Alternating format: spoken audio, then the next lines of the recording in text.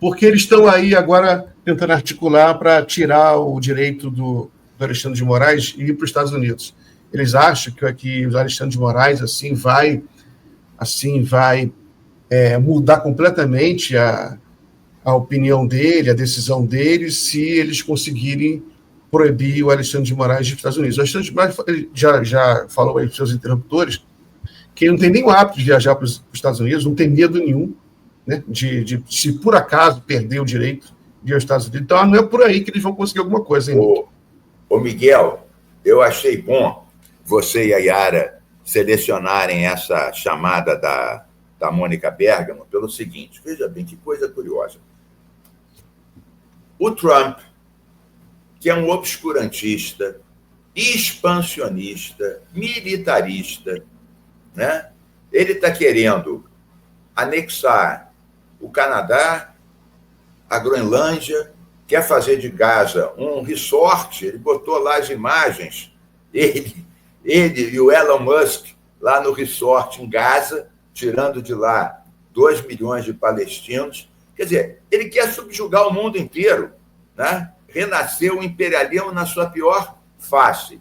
E considera que um magistrado brasileiro da mais alta corte, ao exigir que essas big techs, que essas empresas que são bilionárias e controlam a cadeia de desinformação, apenas sigam a lei brasileira. Ele considera isso ofensivo aos Estados Unidos, que um magistrado brasileiro exija que as empresas cumpram a Constituição brasileira. Isso é uma ofensa ao Estado americano. Agora, o Estado americano querer anexar o Canadá, o Canal do Panamá, a Groenlândia e fazer o resort na faixa de Gaza, isso deve ser para ele a coisa mais legal do mundo dentro do direito internacional.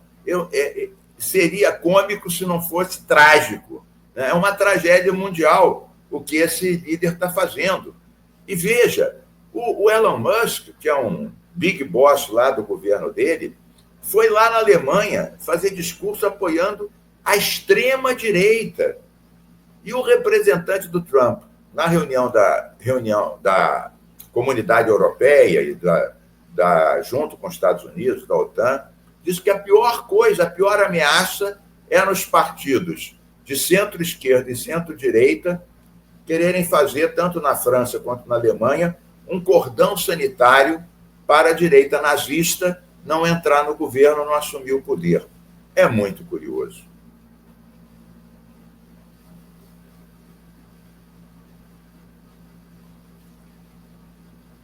Desculpa, estava aqui sem som. Eu até selecionei outro trecho, outro desdobramento aqui sobre isso que você está falando, que é o governo Trump acabou comprando uma briga. Ô, Yara, o seu som... Yara, põe mais alto o teu som. Tá aquele probleminha que fica baixo. Deixa eu ver. Agora melhorou. De novo aqui. Agora foi. Melhorou. Então, e o governo Trump acabou comprando briga, né? A partir tem um episódio aí da Rumble, né? Que é uma plataforma de vídeos, e os bolsonaristas ingressaram na justiça estadunidense pedindo providências. E isso acabou resultando, olha, a embaixada do Brasil nos Estados Unidos do Brasil se pronunciando sobre esse impróprio, né? Que eles comentam que o respeito à soberania é uma via de mão dupla com todos os parceiros dos Estados Unidos, incluindo o Brasil. Bloquearam o acesso à informação e por muitas... Yara, deixa eu ler. Yara, desculpe, é que o senhor está tendo aquele problema, deixa eu ler. Deixa eu ler enquanto você resolve aí. Então, Nick, teve essa treta diplomática, né? Foi um desconforto, aí, um constrangimento diplomático.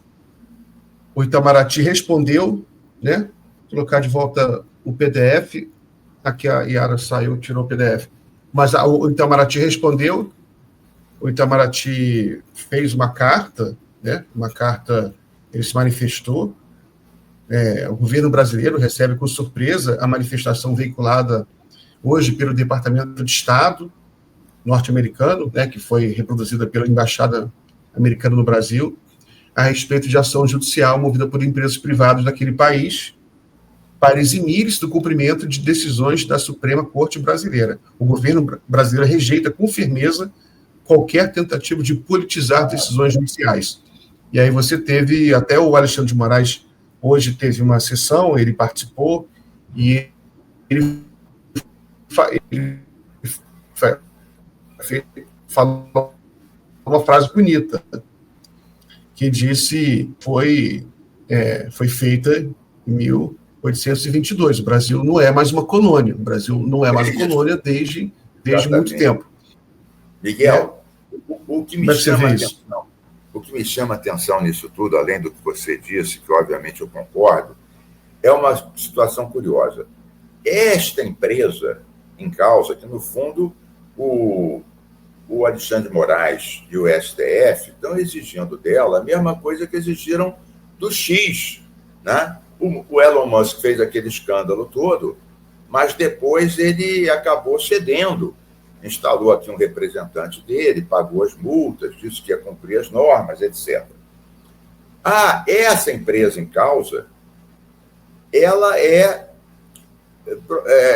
também propriedade de sócios do presidente dos Estados Unidos, Donald Trump. E o que acontece? Ele transforma uma situação comercial dele num caso de Estado. É como colocar o Estado a serviço dos seus lucros enormes, como no caso de Gaza. A ideia de Gaza, seguramente, ele ia querer fazer uma torre, um Trump Tower, uma torre do Trump lá em Gaza, no meio daquele resort todo. Vocês estão rodando aquele vídeo inacreditável. É inacreditável. No início, você sabe que eu achei que isso era montagem, mas não, eles fizeram mesmo isso. Como é que eles têm a cara de pau no meio daquele 2 milhões de pessoas passando o diabo, o inferno, a gente discutindo qual é a saúde? Eles põem uma coisa dessas, eu achei que era uma fake news, depois que eu vi que era realmente uma coisa deles. Imagina o que aconteceria se um presidente, o Lula, o presidente da França, de qualquer país, o primeiro-ministro da Holanda, de qualquer lugar, ameaçasse a Suprema Corte de algum país porque o interesse da sua empresa, ou de empresa da qual ele é associado, fosse questionado porque não está cumprindo as leis daquele país. Ou seja, ele confunde interesses comerciais dele com o interesse do Estado e usa o Estado para enriquecer. Aliás, ele não está nem há 2 meses no poder, dessa vez agora, e tanto ele quanto o Elon Musk já aumentaram sua riqueza em vários bilhões de dólares, né? Com moedas virtuais que eles próprios propagam, né? E também as ações das empresas deles, né? Quando eles, por exemplo, tiram todos os benefícios da eólica, da solar, e voltam para a gasolina, né? Voltam para o petróleo, eles têm sociedade com empresas de carro, empresas de petróleo. Então, eles tomam medidas que enriquecem. Isso é que eu acho a identidade da empresa individual com a política de Estado do país. Eu não imagino que outra situação, né, seja semelhante a essa. Melhorou meu som? Eu entrei. Muito. Muito. Agora a gente está ouvindo até seus pensamentos. Ixi, não pode. Não pode. E vocês já trouxeram a nota que a embaixada brasileira, a embaixada não, a diplomacia brasileira soltou, Miguel? Ainda não, né? Sim, que eu já trouxe isso aí. Tá, muito boa. A resposta foi em alto nível. Exatamente. E a gente tem mais uma, que é uma fala do ministro Alexandre de Moraes, Mink e Miguel, que ele não fala diretamente sobre esse imbróglio, mas ele dá um recado altivo sobre a soberania do Brasil. Coloca para a gente, Gui, por favor. É de lembrar a importância histórica da data de hoje. Há 73 anos, em 27 de fevereiro de 1952, foi realizada a primeira reunião da ONU em sua sede permanente em Nova York. Após quase 7 anos da reunião inaugural da ONU, que todos nós sabemos, foi em 24 de outubro de 1945, a ONU conseguia a sua casa própria. É que hoje abriga 193 Estados-membros e 2 Estados observadores, que permanecem com o mesmo ideário daquela época de criação da ONU e de instalação da sua casa própria. A luta contra o fascismo, contra o nazismo, contra o imperialismo, em todas as suas formas, seja presencial, seja virtual. E também a defesa da democracia e a consagração dos direitos humanos. Objetivos esses, presidente, objetivos almejados por todos os 193 Estados-membros, sem discriminação, sem coação ou sem hierarquia entre Estados, com respeito à autodeterminação dos povos e igualdade entre os países, como proclamado, inclusive, pelo artigo 4º da nossa Constituição Federal e bem lembrado hoje em mensagem do ministro Flávio Dino, a quem agradeço e digo que será um grande prazer conhecer a belíssima Carolina do Maranhão, Carolina do Estado do Maranhão, que Sua Excelência tão bem governou por 2 mandatos. Estado esse que é exemplo de coragem e luta por independência e autodeterminação do povo brasileiro e defesa da cidadania, como demonstra a história na Revolta da Balaiada, entre dezembro de 1938 e fevereiro de 1841. Presidente, nesses 73 anos de inauguração da sede oficial da ONU, é importante que todos nós reafirmemos nossos compromissos com a defesa da democracia, dos direitos humanos, da igualdade entre as nações e nosso juramento integral de defesa da Constituição brasileira e pela soberania do Brasil, pela independência do Poder Judiciário e pela cidadania de todos os brasileiros e brasileiras, pois deixamos de ser colônia em 7 de setembro de 1822 e com coragem estamos construindo uma república independente e cada vez melhor, uma república independente e democrática com a Constituição de 1988. E construindo com coragem, pois como sempre lembrado pela nossa eminente ministra Carmen Lúcia, citando Guimarães Rosa, o que a vida quer da gente é coragem. Nossa, pode tirar aqui. Beleza, hein? Xandão, hein? Xandão. Olha, o Yara e Miguel, eu vendo aqui o nosso Xandão falar, eu queria fazer comentários sobre 2 ministros, sobre o Xandão e sobre o Dino. Sobre o Xandão, né?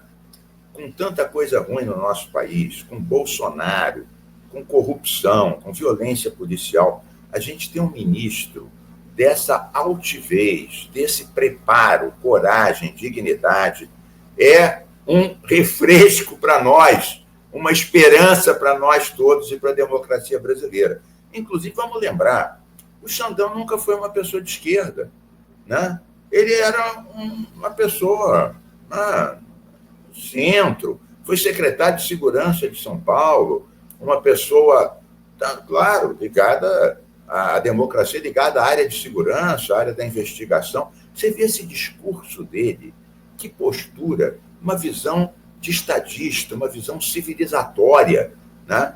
uma coragem. Isso realmente... E isso nos dá a segurança também de que este julgamento, por nós todos, tão ansiado, né, dos golpistas todos, Bolsonaro, Braga e essa escumalha de conspiradores militares e civis, isso vai ser feito de forma justa, expedita, rápida e sem contemplação.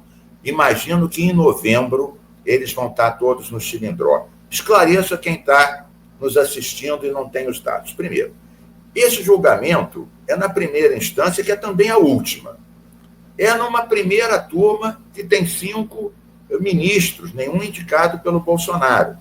Ninguém vai pedir vistas de coisa alguma. Eles vão ter todo o direito à ampla e restrita defesa, direito esse que, se eles tivessem ganho o golpe, nenhum de nós teria, estaríamos todos bem lascados, né? Pendurados de volta no pau de arara, alguns até assassinados ou envenenados, como o Punhal Verde e Amarelo queria. Mas então vamos ter um julgamento, sim, que vai virar a página dessa história. Pela primeira vez na nossa história, nós vamos ter ex-presidentes, generais de 4 estrelas, realmente condenados pela justiça brasileira. Então, eu queria fazer essa reverência ao Xandão e esse voto de esperança de todos os democratas brasileiros.